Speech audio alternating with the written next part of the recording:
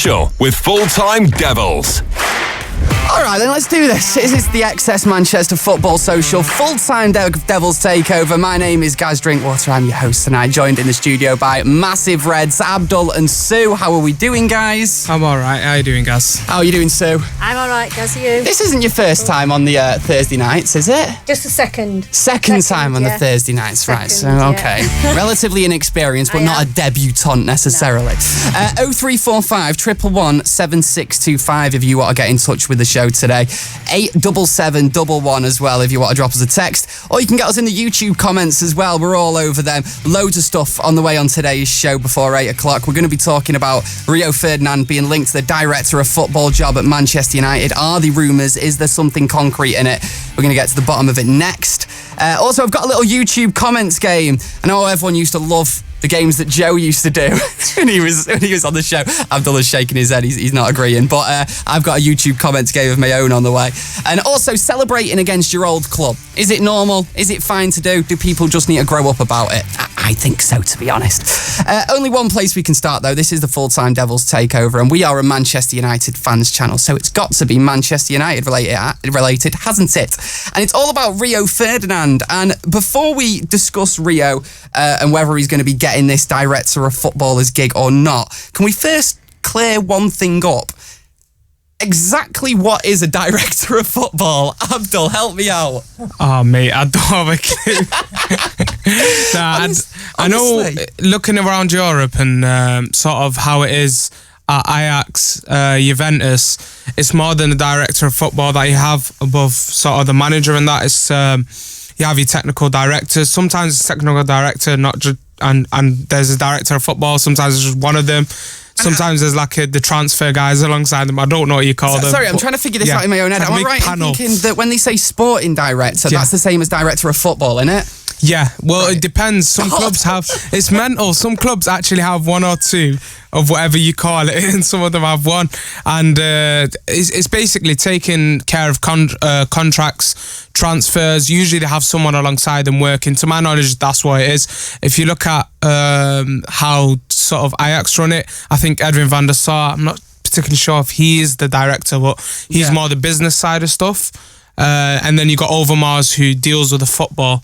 But they both understand, obviously, football, unlike Ed Woodward, so that's good. This is what I was going to ask about Edwin van der Sar, because some people have said, why don't we just go and get him? And I'm like, he's in a totally different job, isn't he?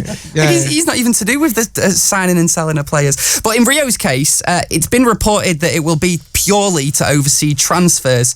So can I ask, Sue, what does Rio know that Ole Gunnar Solskjaer doesn't in that respect? Well, you tell me, because I don't think he knows anything about contracts or anything like that. He needs someone that's got a brain.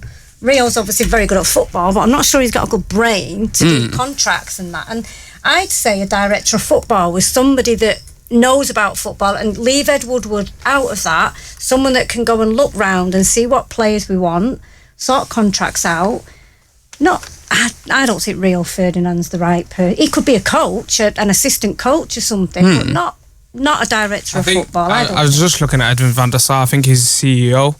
And then, totally different. And I think, and then you look at Overmars, who's more the football side of stuff. So I think what you can do with Rio Ferdinand is if you put Mike Phelan in there as a director of football, which it seems like a bit of a lazy option in a way. The understanding, though, of what's happening here is that they want someone that understands the club, who's worked with Sir Alex Ferguson and all that. Now, I'm actually with that, and a lot of people in my generation, they always argue against that. Why do you always have to use, the players, the ex-players and all that around the club? I'm actually with the fact that you use players or, anyone who worked alongside Sir Alex Ferguson in particular, because they understand how Alex Ferguson works, everything. Mike Phelan would have seen how Alex Ferguson delegated and, given everyone a certain job around the club and what to do to run the club, because Sir Alex was running the club from top to bottom. You got to understand, he was watching our under-10s play because he delegated, because he allowed Rennie and Mike Phelan to do what they liked, sort of in training with the first team. He'd visit everyone, he'd understand what's going on around the club, and I think that's something we lack, and maybe Mike Phelan can bring that. Now, maybe Rio Ferdinand can be like the second guy who who has a bit more of a connection with the players, which we lack right now. I think a lot of the players are concerned with what's happening. I don't think Rio comes across as, like, Gary Neville's a bit more confident and seems to know what he's talking about. Rio doesn't. Bit close to your mic, Sue. I love it. I love this. How lovely Sue is, by the way. Right, we're in the studio, so no one can see us. Well, we can actually. We're on YouTube as well. But Sue actually is looking around the computer screen just so she can have eye contact with me while we're having a conversation. That's how polite Sue is, even though we're on the radio. Go on. What were you saying then? I think Neville's got more of the intelligence and the know-how. Rio, to me, doesn't. I don't know. He just doesn't come across articulate enough. And maybe I'm going to get a load of stick for this, but he just it's a Gary Neville or a what about? Why can he be a director of football? I don't know about that, because Rio Ferdinand, let's not forget, he is a great businessman. He has his his businesses that have done really well. The Rio Ferdinand hats. Yeah, but have they not done well? They've done well because he's Rio Ferdinand, not because he's a brilliant businessman. He'll have PR people doing that for him, Gary, not. But he hasn't got a business brain. You can just stick Jesse Lingard as director at this rate. He's doing all right with it. Doing all right. Yeah, all right, exactly. Yeah, fair enough. All right, shot down. Yeah, fair enough. I get your point. Keith's on the phone. Keith, welcome to the show. What do you think about Rio Ferdinand being linked to the Manchester United director of football job?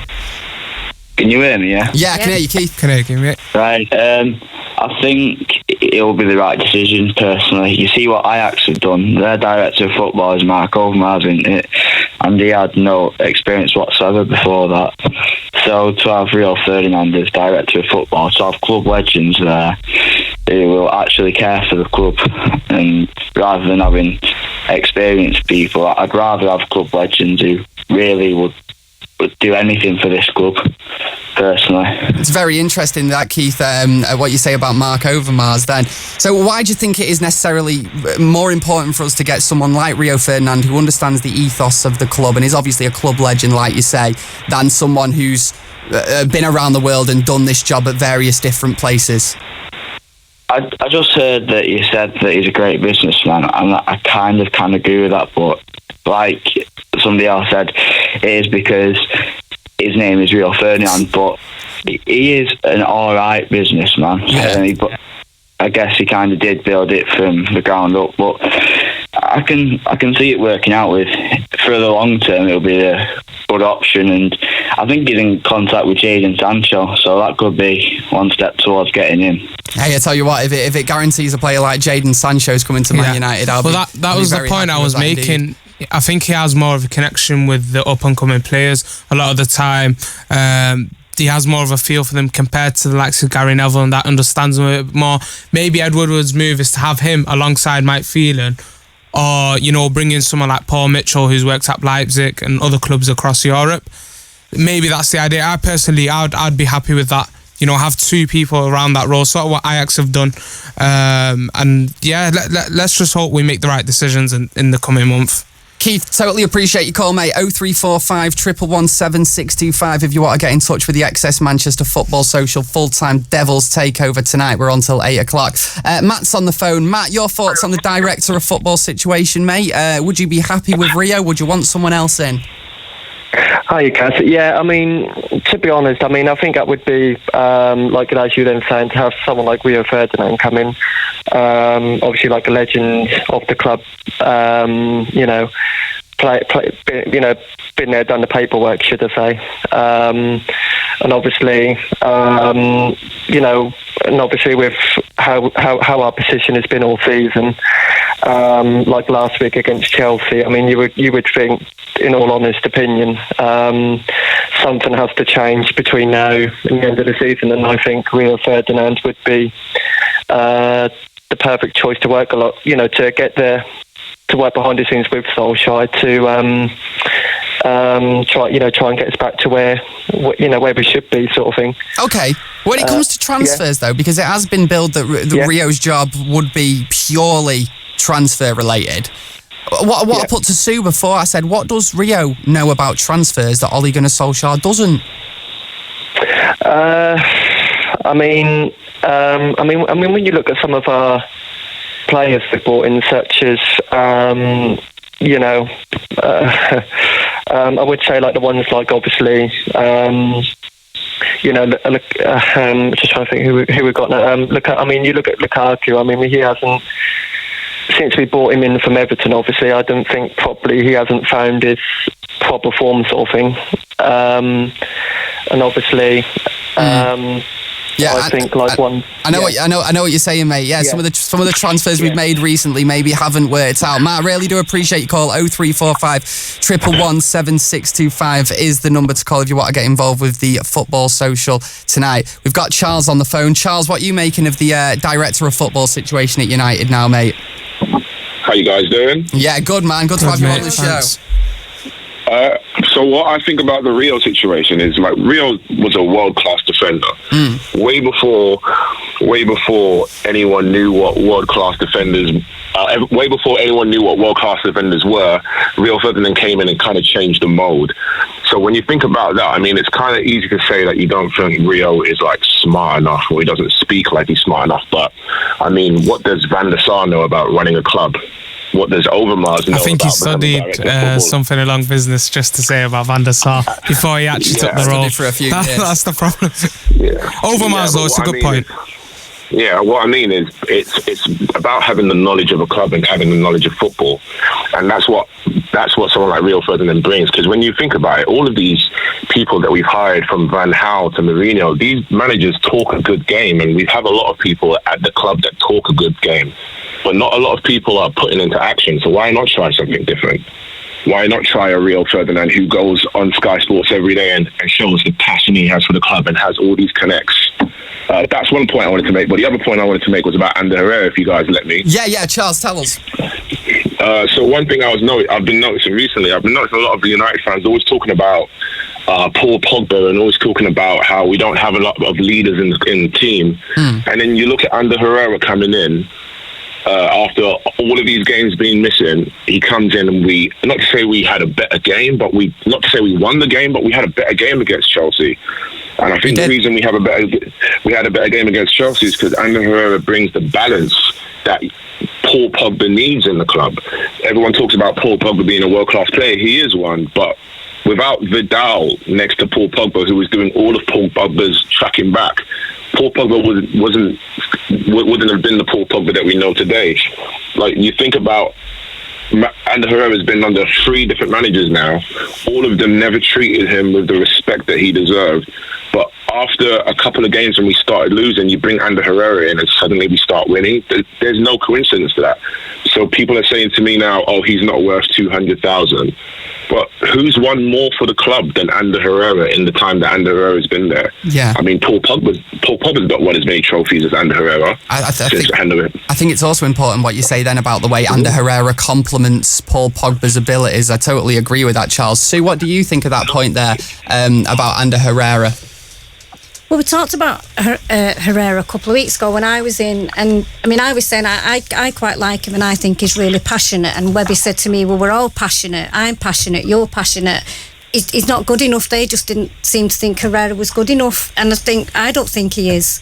Pogba, I mean, Pogba's another story, isn't he? But no, I don't like him. And I just think he's not. We all thought he was going to be captain at one point, didn't we? Because he was playing really well. But I just don't rate him. And I personally, I look at it like this. With Ander Herrera, our best games under every single manager, Louis van Gaal in the FA Cup run, in Europa League under Jose Mourinho, whenever Ander Herrera has been brought back into the side, he's done brilliantly. And we've played a lot better in midfield. With Ander Herrera, it's a bit of a weird one because people sort of don't understand his role.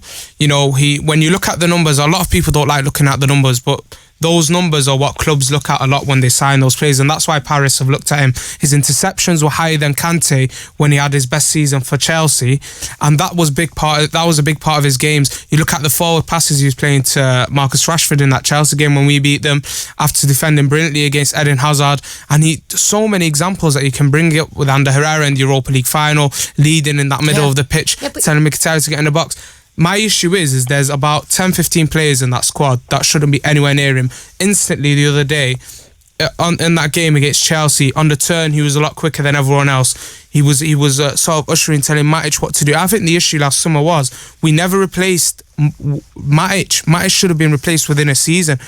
He's way too slow in progressing the ball. I think buying Fred was also wrong last summer. I do like Fred. I think he can be a good player. Just give him a bit of time. He needs to adapt to the league.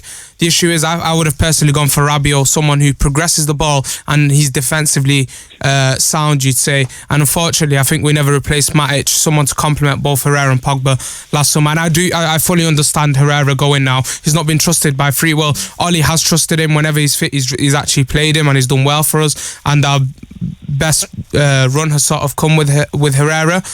The issue is, again, I think he's coming toward the end of his contract. United didn't nail down his contract last summer. So why doesn't he take a big contract at Paris before his career ends? Go on, lad, take it. Yeah. I can't blame him.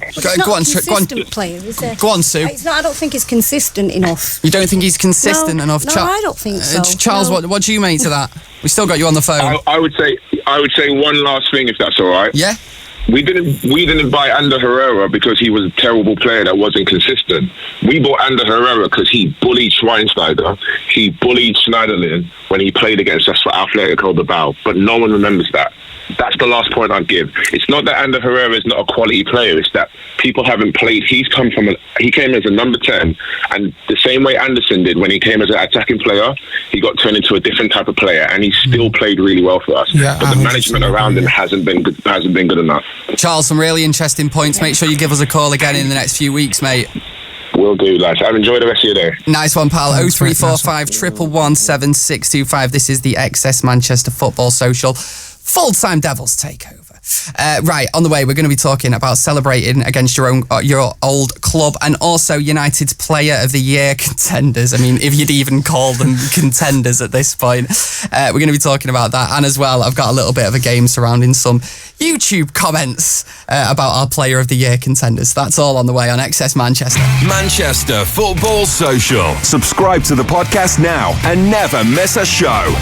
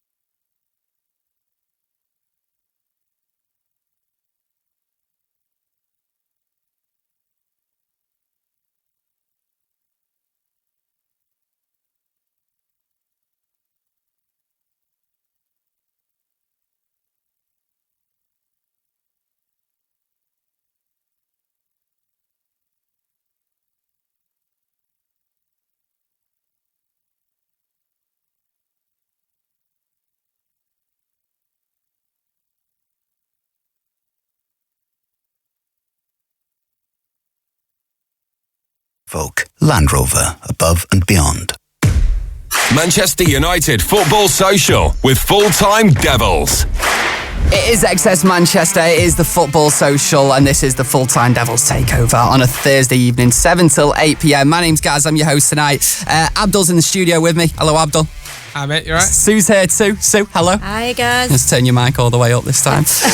And before we go to the next bit, we're going to be talking about Player of the Year contenders in a sec. But first, I've come up with this game because we recently had a video on Full-Time Devils discussing who United's Player of the Year will be. What I'm going to do now, guys, is I'm going to read you 3 comments from that video, all of which are about one player in particular. You just need to tell me which player it's Nice. about. Easy as that, right? Yeah, Okay. sounds easy. Okay then. Let's start the game. You say it sounds easy. Sounds easy. Let's see how you do first, Sue. Right, so this first one is a comment from Thomas Platts. He says, my player of the year would be... I so want you to give him a new contract. He made a big difference against Chelsea and is a big player in midfield. Mata. Sue straight in there with Yep. a guess for Mata. Nope. Abdul, what are you going for? I'm going Ander Herrera. Okay, so Sue, you went for Mata. Sorry, Sue. Am I wrong? Ander Herrera, though. Bang on, Abdul. 1-0 to Abdul. In the YouTube comments game, you can tell I spent ages on this, can't you? Okay, this next one. Who should be United's Player of the Year? This is a comment from Ryle06. He says, I think it should be... He played his heart out. I remember how we unlocked the match when we played against Crystal Palace. Perfect attitude, in my opinion. Sue, you went first last time. Abdul, you've got to go first this time. Against Crystal Palace. Someone who plays their heart out with a perfect attitude. Who we reckon? Oh, no way, it's him. I'm thinking it can't be Lukaku because he had a brilliant game against Palace, but it can't be him. I'm just going to go Luke Shaw, maybe. I don't know. Luke Shaw, yeah. Luke Shaw's your guess. Sue, what are you saying? But none of them played the heart out, did they? That's the trouble. Against Crystal Palace, I think they did. Yeah, they were all right against Palace. I'm going to go with him, Luke Shaw. Okay. Because I think, Luke, you know what? Luke Shaw tries all the time, I think. Plus, he's a contender, isn't he, for it? Yeah. He is a contender. Everyone's for Player of tweeting the Year. about him. Sorry, I'm going to go with Luke Shaw with him. Yeah. Okay. Yeah, You're yeah. both going to go Luke Shaw? Bang on, correct. Luke Shaw, right. It's 2-1 to Abdul then at the minute. We'll do another one. This is a comment from Prince Fresh. He says, I'll go for an outsider in... I think he's done brilliant in his first season. Coming in so young with only a few senior games and making a great impact. Okay, Sue, we'll go with you first. It's got to be Dalla. You're going to say Delo. Are you going to say I'm Abdullah? gonna say Delo. You're going to say Definitely Delo him. as well. Yeah. Okay, yeah. You're both absolutely bang on. Should we do one more before we move on? Yeah. Do one Yeah, more. go see on if then, I one can more. Draw level. This is a comment from Sam Powdell. Sorry if I'm pronouncing your name wrong there, if you're watching, Sam. He says, I think it should be... By his high standard, he has dropped down a level, but I still think he's our best player this year. Ooh, I'm going to go Paul Pogba. Paul Pogba for Yeah. Abdul? No, is that, I was going to say Paul Pogba. Yeah. Okay. Yeah. It's the by his standards thing that gave it away a bit, didn't it? Well, yeah, you're both right. Right, well done. You got a clean house there, full house there, Abdul. yeah. Well done. Right, then let's talk about Player of the Year then, and on to who we think it should be. Please do get your calls in 0345 111 7625 and discuss it with us. Abdul, who you saying, mate? Oh, it's a hard one. Or when I say Player of the Year, when you start thinking, who are the names that instantly jump Victor out? Lindelof jumps at me. Yeah. Luke Shaw as well. And then Paul Pogba would have at one point. I'm just going to go Victor Lindelof. I think since that game at Juventus at home, which we lost, he was absolutely brilliant when they were countering us towards the end of that game against Douglas Costa, Ronaldo. And then I think that sort of gained confidence from then. And he's just been immense. He's been our best player, week in, week out at times since then. So it's got to be Victor Lindelof. For me, Luke Shaw deserves a shout. He's had a lot of struggles over the years since that injury. And I think if we had a better fullback on the other side, complementing him and allowing him to go forward and have a bit more freedom. He has been hesitant at times, but I think once you build a defence around him, we'll see the best of Luke Shaw. And he's already matched his career assists that he had before United just within one season. So it does show that he has improved going forward this season. So Luke Shaw deserves an honourable shout, but Victor Lindelof has it for me. I was going to say, should we get a top 3 from everyone then? Everyone in the studio and everyone on the phones as well. Top 3, Who would your top 3 be? You've got Lindelof at number 1, Shaw at 2. I'm going to have to give Pogba for that period under Ali. I'll have to give it Pogba. He was too good in that period. He was unplayable in that period, but it was a short period. Yeah. Sue, who's your top 3 then? Player of the year for United this season? I know it's a difficult question. That's the thing, right? You're thinking that, you should have like 5 or 6 players that you could pick from. Yeah.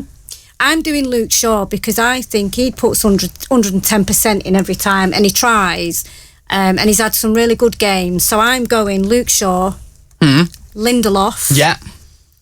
And my third, I can't say Pogba, but I'm not really sure who else it would be, to be honest. I don't think I've got a third. He got quite a few goals and assists this year, at the very least, Paul Pogba. I know, so it's surely really disappointing, isn't he? That's the thing. He's letting us down because he'll play good against Cardiff, and then he's. I know I can't go with Pogba, I'm afraid. Okay. I don't know who else. Okay. Dalot for effort. It's a decent shout. Dalot, third. Dalot in third place. Yeah. We've got Mike on the phone, 0345 111 7625, if you want to get in touch with the XS Manchester Football Social tonight. Mike, who would your top 3 Player of the Year contenders be for United this year? Personally, first of all, I wanted to say hi to all you guys. Hope you guys are all right. Hello, Mike. Thanks, good to have you on. For me, personally, I think Pogba has been our player of the season. Okay. I think a lot on that particular subject. I think a lot of football fans have short memory. This was someone who didn't have a pre-season, having come back from playing the maximum amount of time that he could spend in an international tournament. Obviously, France won the World Cup, and he didn't have a pre-season. He came back, first game of the season, he was our best player, having had no pre-season, and he kept Jose Mourinho in the job longer than he should have been in that job, especially when you consider all the rumours that were coming out. I think it was the Newcastle game, and Jose Mourinho lasted at least another month, and that was mainly down to Paul Pogba. So I feel like a lot of fans, because of the fact that they've seen such an upturn in performance during Solskjaer's reign, they forget what Pogba was doing under Jose Mourinho. Granted, he did have a couple of stinkers, but Lindelof and Shaw, who I think a lot of people have mentioned for the running for the award, none of them played in terms of their position to the level that Pogba did. Pogba carried Manchester United during the period of Jose Mourinho. So for me, it'll be Pogba, and then I'll probably be a toss-up in the other 2 slots, probably between Lindelof and Shaw. Yeah. Okay, well, you know what? I think it is sort of slightly an effect of this. I think that Lindelof and Luke Shaw are probably, at the minute, like 7, 8 out of 10 players who have maybe had a level above where they're actually at this season. And Paul Pogba's a 9 out of 10 player, 10 out of 10 player who's had a few levels below where he's usually at. But does that not make it even more frustrating with Paul Pogba, Mike? Because I understand where you're coming from saying he's our player of the year. I understand considering him our best player this year, but he's still been nowhere near good enough, has he? Pogba can do a lot more. Yeah. I'm a big fan of Pogba. I am not one to say that I'm going to absolve him of the blame completely. He can do a lot more. I mean, even me as one of his biggest fans, I can point out a couple of games where he's had stinkers. Southampton away, Juventus away in the Champions League. Like he was poor. PSG at home, he could have done better. So he can do better, yes. But again, in my opinion, like I feel even the likes of Shaw, his ratings for his performances for me have been inflated. I think at times he's actually been very, very average. I think sometimes he's actually lazy defensively, and as a result, he picks up a lot of bookings because he doesn't want to get close to the winger. He'd rather give them 5 yards of space to get across him and not risk getting beaten, And I feel like, for me, if Manchester United actually want to get back to the levels that they were at, a top club will probably have Luke Shaw, the way he is right now, as backup. Because I don't think Luke Shaw has progressed anywhere near we thought he would when we first signed him. But that's just my personal opinion. Sorry, Mike. In Luke Shaw's defence, he did, of course, have that injury, halfway through United. Of course. And the last point I wanted to make, without taking too much of you guys' time, I came on here last week, and I made a point about Solskjaer, and I made a point also about Pogba, because I've heard people. I was listening to one interview on you guys' channel last week, and someone was saying that Pogba was a virus and whatnot. I couldn't believe it. But I also made a point that Solskjaer isn't up to the job. And I think what we saw against Chelsea last week is another example that backs up my point. Now, David De Gea should not have played that game last week. He should not have played.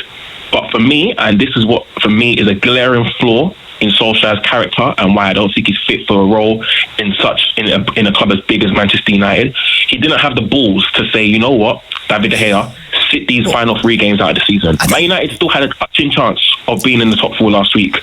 And now we're relying on snookers. And I heard Gary Neville say that, you know, if you drop David De Gea, you get Man United or not, and come back refreshed. Do you understand? And we've got a more than capable goalkeeper in Romero who could have filled in for him. And Solskjaer didn't have the authority to say, you know what, David De Gea, don't play. And as a result, it's cost us top 4. Do you understand? I could not understand why he was playing. He's made errors directly leading to goals against Man City. He's done it against Barcelona. You know, and like I said, 3 games. What harm would it have done? It wouldn't have done any harm. But that's my opinion on it personally. Do you know what, Mike? I actually agree with you. We talked about this before the show, and I said, I didn't say to you guys we should have dropped De Gea just to tell him to go away, sort his head out, see where he's at, and put Romero in, because I think Romero is probably one of the best substitute goalkeepers in the Premier League at the minute. Because, I said when it's strikers that have lost the confidence, they drop them for a little while just till they can build the confidence back up, and I do think that's what they should have done with De Gea. His confidence has gone. But can I just ask you, did you want them to? Did you want Ollie to get the job when he first came in as caretaker manager? First and foremost, I think Manchester United should have waited until the end of the season to make a decision. It's not about the announcement, it's about the decision, because we are basing it off a run of form. That is why Ollie has got the job. So I look at it from this, and I mentioned this last week. Ollie, I think, won 10 out of 11 games. Majority of Man United fans said Ollie for the job. Ollie has now won 2 from his last 10. There's nothing wrong with anybody saying Ollie isn't fit for the job. That's the way I look at it. For me, Manchester United have said yes to Ollie and no to a manager in Pochettino who has far more of a resume, who has... He's lost 12 games in the league this season. No team that's ever finished in the top 4 has lost 12 games in the Premier League season. I agree with you, but it's just an angle you need to look at it in a similar way. It's like with the goalkeepers, Pep Guardiola, Klopp have all dropped goalkeepers before way too late. Mignolet made 2-3 mistakes before Klopp had. Pep Guardiola went on game after game after game before putting Caballero over Bravo. I do understand your point, and De Gea should have been dropped in that. I just feel like there's a bit of a over criticism where Ollie's just been thrown into the deep end. I agree with you, even though I wasn't with it. We should have waited until the end of the season. I just think sacking him in the summer is just going to get Ed Woodward out of it again. If everything was structured above Ole Gunnar Solskjaer and signings were already being made from now, and there was a clear plan in place, Ole Gunnar Solskjaer's performances and his players' performances on the pitch would have looked better. And I think Ed Woodward just can't get out of this one this time. And if he sacks him in the summer, we're just going back in the same cycle. That's a fair point to make. I don't want to take too much of you guys' time, but you made a point about Pochettino's Tottenham losing 12 games in the season. Yeah, they've lost 12 games and they are still above Man United and in a far better position in getting top 4. Also, his team are in the Champions League semi-final, having spent zilch this season. Zilch. They've spent nothing. You understand? It is Tottenham impressive. Are far better coached team than Man United, whether we were under Jose Mourinho or under Ole Solskjaer. Ole Solskjaer had a blueprint that he implemented that you could tell that maybe the players weren't accustomed to, but Ole Solskjaer still decides to play Ashley Young. I don't see why Man United fans don't. I think there's a lot of us who aren't happy with the Ashley Young thing, to be honest. But what excuse does Ole have for still playing Ashley Young up until now? What excuse does he have for not playing Darmian, who is an experienced international defender? I agree with you on that. I tell you what, we need Mike grilling Ollie. Next time we lose a game, let's just get Mike grilling Ollie, and I think it might be all right. No, he makes valid points. Yeah, Mike, you make really good points, and it's good to have you on the show, mate, because it gives us a different opinion and a different side of things. Look, don't get me wrong. I love Ollie. You know, Ollie brought a lot of joy to every Man United fan. Do you understand? Yeah. But we have to be real here, and I feel like like a lot of Man United fans allow sentiment to sort of blind them from the flaws that he actually shows and exhibits day to day in his management of Manchester United. Okay, Matt, you've told us about loads of them, but we really appreciate you calling. We just got to go at the minute. 0345 111 765. Sorry to cut you off there, mate. Let's head over to Osman on the phones now. Osman, what's the point you want to make, mate? I just want to say you guys are doing a great job. Oh, thank you, pal. Thanks, mate.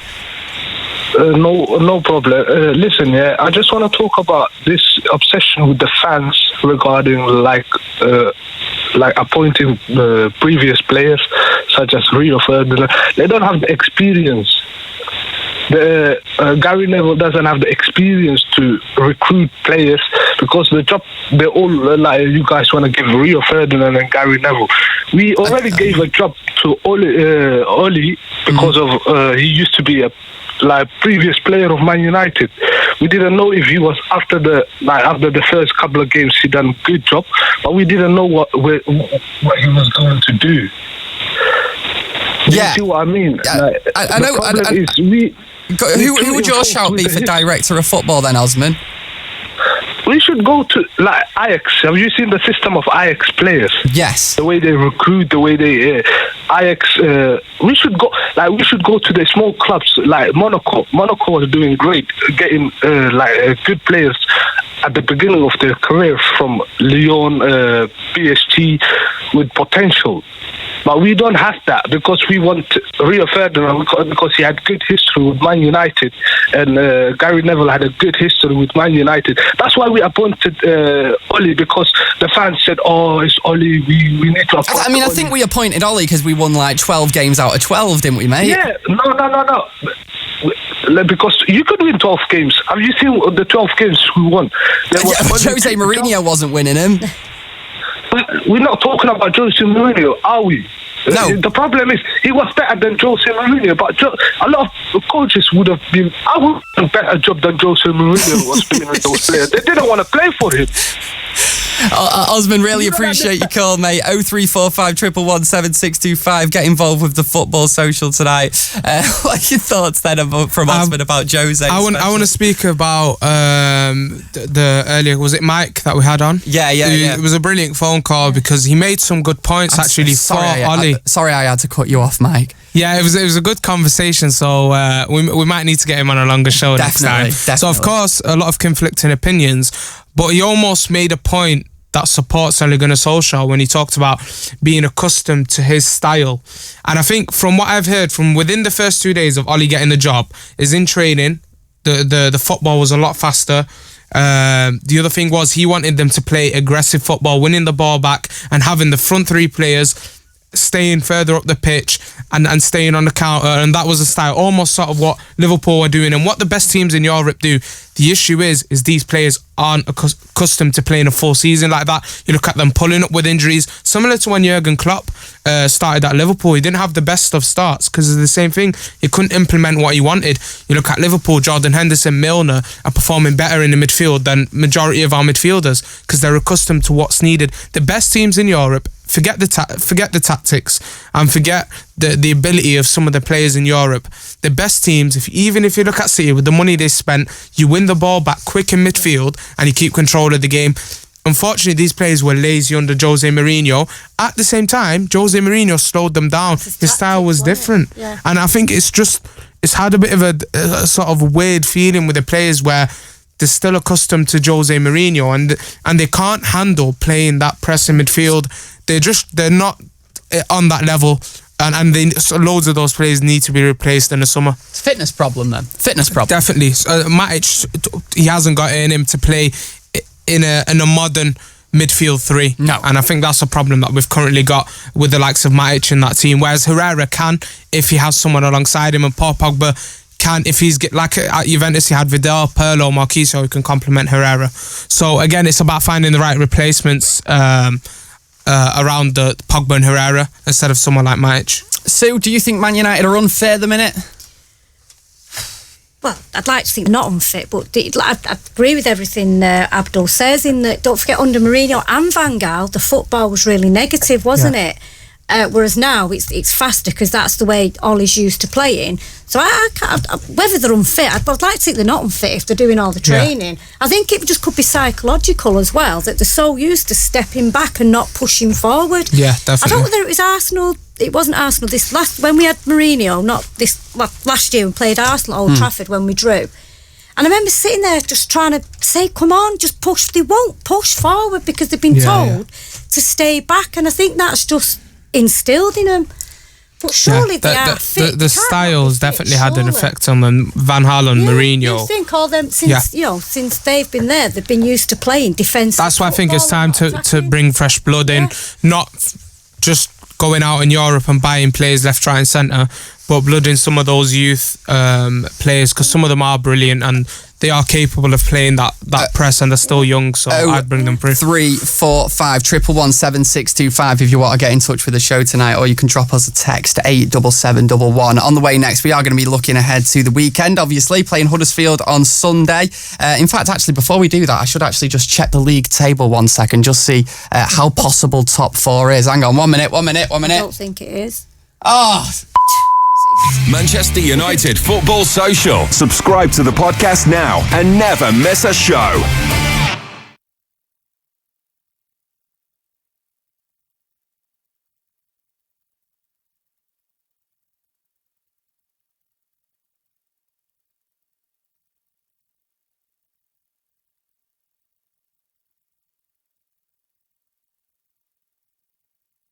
Weekend, guys, we can do it. They're all running about outside. I don't know why. It's no drama. We're all professionals, you know.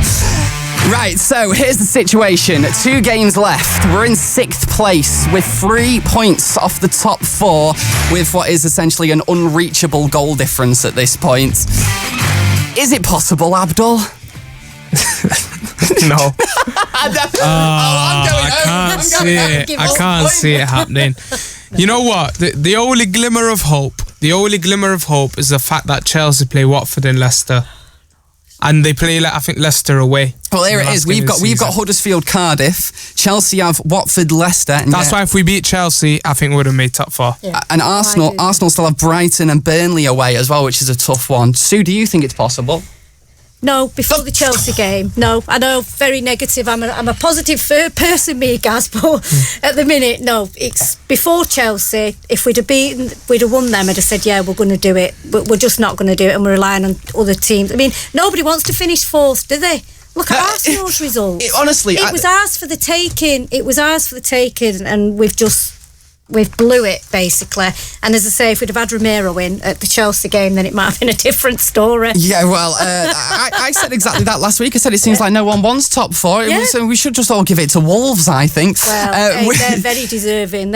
Anonymous caller on the phones right now on the XS Manchester Football Social. What's your name there, mate? Hello? Is he gone? Okay, I don't think he's there, but we do have Mohammed on line 1. Mohammed, you give us a call on 0345 111 7625. What do you want to chat to us about today, mate? Basically, I just want to chat about David De Gea. Okay, great. Let's get into it. Like last week, I came on the show and I said, you know what, he's given us 6 years of good service since Ferguson left. He's been our most consistent player. The amount of saves that he's made, that won us games, and the amount of points we've won because of him. But you know what? I've had enough now. I want him out of my club, and that's all I've got to say. I'm fed up with this guy. Mistakes after mistakes. Whoa! Sorry. He's like a striker. You know, when a striker plays good games, he has a bad patch, and he's going through patch, and he's cost us top 4. He's cost us God knows how many amount of, millions that Man United are going to lose. That money could have been used for signings. But you know what? I want David De Gea. I want Mata out that club, and Herrera, I'm disappointed he's got to go. Well, Mohammed, I'm sorry, man. That was a massive gear change. Then I didn't see that one coming. Right, so let's unpack this. David De Gea needs to leave the club because he's cost the club loads of money because we've not got Champions League this season, right? Absolutely. Look at the deal for Adidas. If Man United don't make top 4, they're going to lose a lot of percent of for the Adidas fees, their sponsor fees every single year. Mohammed, I mean, do you not think that putting it all on this one mistake by David De Gea in one game, putting a whole season on that is quite simplistic? Ashley Young would have cost us like 100 million by now, mate. Last week I rang up and I said, you know what? Phil Jones would get section. But you know what? Something needs to happen to him. And Matic, I didn't get a chance to finish last week, but Matic, I couldn't believe Matic was beaten by Bernard for a header. Matic is 6'4", Bernard is 5'4", 5'2". God knows how small he is. Like some of these players, they need to get gone. And I'm sorry, I'm Fred. I want to see him gone as well. I don't even think he's a Brazilian. He's because he's a fake. Mohammed, do you actually like anybody at the club at the minute? It's not about liking, because to be honest, a lot of ex-pundits or ex-players, or pundits are all putting the blame on Pogba. But you know what? It's not Pogba. Like, he's one of our most consistent players. Look at how much he's done since Solskjaer came in.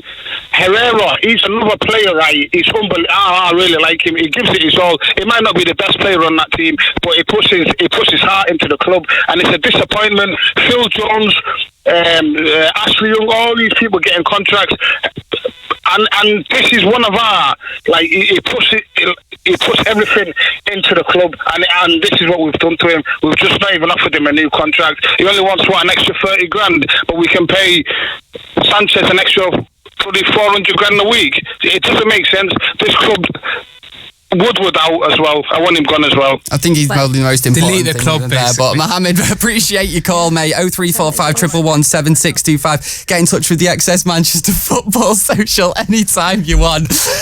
We have Tyrone on the phone as well. Tyrone, welcome to the show. Tyrone on the phone. I don't think Tyrone wants to speak to us. Okay, we'll hopefully get him on next. But what did you guys make of Mohammed then? His points about David De Gea. Maybe he's still just on a bit of post-traumatic stress from the Chelsea game. I've just done a video last night with someone on YouTube in regards to David De Gea's situation and sort of broke down the options, what players he can buy. Does he deserve to be dropped? All of that. Personally, with David De Gea, I mean, Mohamed's gone on there about selling him straight away. The issue that I find with selling David De Gea, it might be the right time to cash in on him if you re-sign his contract, because PSG and Juventus will spend that money and will pay his contract. Unlike the likes of Ashley Young, Phil Jones, and whoever that is, whoever else, teams aren't willing to pay their contract. So you will, even if you re-sign his contract on a high one, the big teams in Europe will pay his contract. The issue is, what's the point of having David De Gea if we're not building our defence in front of him? It's damaging his reputation, it's damaging Manchester United. It's not working both ways, and that's my issue with David De Gea. And we've been hearing that he's wanted assurances in terms of signings and all that. How is he going to be confident commanding his box and coming out to collect the ball? The thing is, David De Gea does lack in his game in terms of starting us on counter-attacks. With the ball at his feet, it is something that I've dug him out for at times. The thing is, I sort of blame the defence ahead of him, because how is he going to trust giving the ball to Chris Smalling, receiving it back? It's so unfortunate that after this bad run of form, a lot of people have turned on him. I say you drop him, like we've been saying here. Don't say, just cash in on him and sell him like that. I mean, there are logical ways of doing it if he's not happy to stay. But like I said, you can't just, go on about selling him like he's Phil Jones. Was a bit harsh on De Gea, to be honest. He was, he's having a bad time, and that's the only reason I wanted him dropped. Not because of you dropped your rubbish, off you go. He just needs to try and sort his head out. I'd keep him. I'd keep De Gea. I wouldn't sell him. I think Mohammed was harsh, as I said, but I just think he's just having a bad time, and we've got a lot to thank him for. We do. And off the back of this season, I'll be honest, I don't think we'd get an awful lot for him, but I do still think he's a brilliant... I think if we re-sign his contract to get over 100 mil for him off Paris or Juventus, and if that does happen, I'd personally replace him with Onana from Ajax. He's a brilliant all-rounded goalkeeper. That's a different story, though. But the thing is, it's a different story if we were to sell him for however much we sell him for, whether we actually invest that money properly, because knowing United, we'd sell him for... we recalled Dean Henderson instead of allowing him that season the Premier League that he needs, which will be typical of us, because he does need that one more year. It really would be typical of us. We've got Adnan on the phone. Adnan, welcome to the Football Social. What points do you want to make, pal? Hello everyone, how you doing? Hello, mate. Is your name Adnan? Yeah. Great name. Go on then, what points do you want to make, mate? I just want to talk about the last 2 games of the season, first of all. Okay. I'll be honest, top 4 is very, very unlikely. We're looking at a miracle to get that.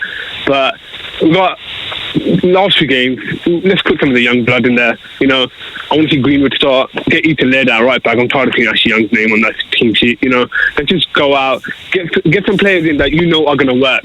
We've been lacking work rate, and like the young lads, no matter what they do, they always give 100% for the shirt, and something we've been missing. So I'd like to see that. Okay, yeah, I get what you're saying. So which players have you been thinking of then? Players with a high work rate?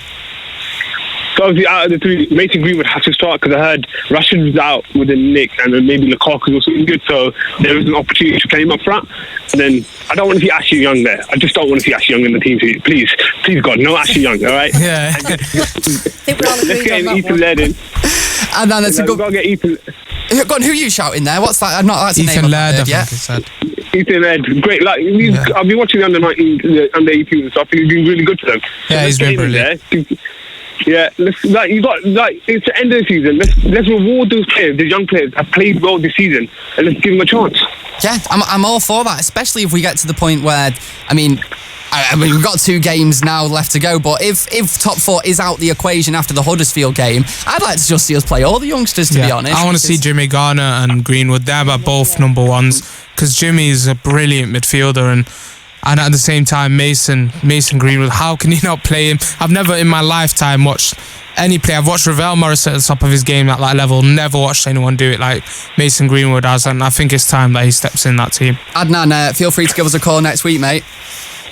Sure will do, boys. Good to have you on the Football Social. 0345 111 7625. Well, that's quite a nice sort of uplifting point to end tonight's show on, because I mean, doing these shows towards the end of the season, it's hard to stay too positive with the state United are in, but Mason Greenwood, he's breaking records left, right and centre. Like, this kid's only, is he 17 still? Yeah, he's 17, 18. Either way, he's just 18. Either way, he's mint, so get him in that team. Doesn't matter. Sue, have you seen much of Mason?